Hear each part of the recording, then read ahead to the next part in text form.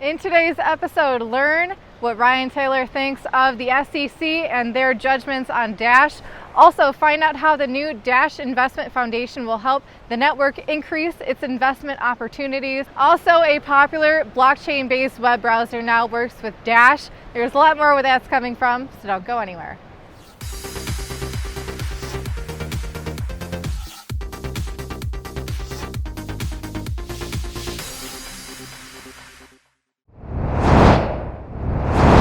Welcome to the Dash News Recap. My name is Heidi, and this video is dedicated to keeping you up to date of all of the recent Dash News highlights. Links to all of these news stories can be found down below in the video description. So let's get started.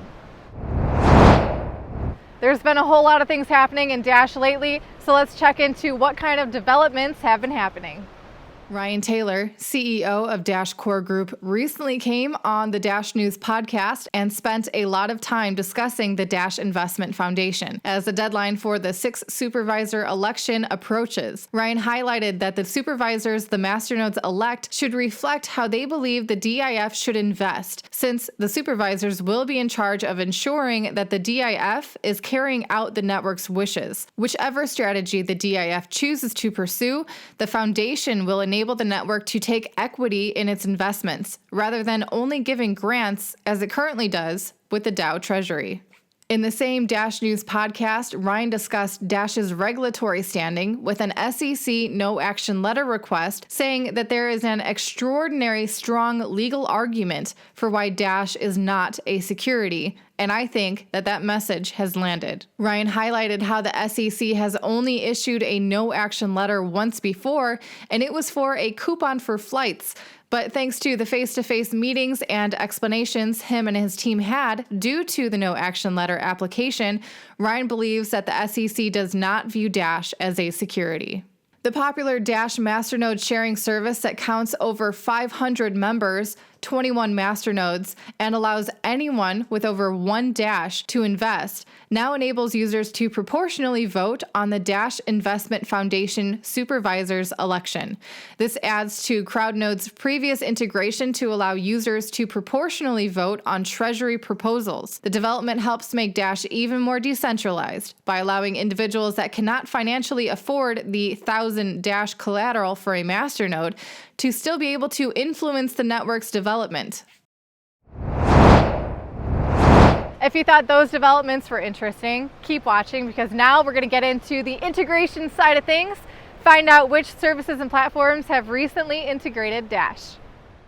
Blox will now allow Dash users to track and manage cryptocurrency transactions and balances, including tax calculations. This service will help businesses overcome the time-consuming task of manually accounting Dash transactions via spreadsheets or other custom solutions. The integration follows Node 40, another accounting and compliance service for Dash that integrated with Alt36, NodeSwap, and Salt.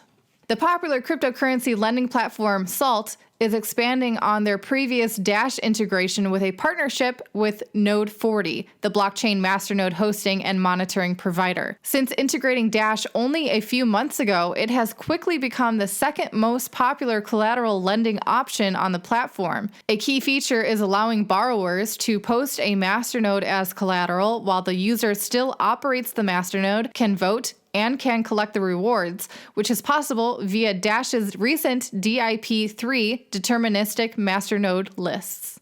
Dash can now be used for transactions on Brave, the privacy-enabled blockchain browser.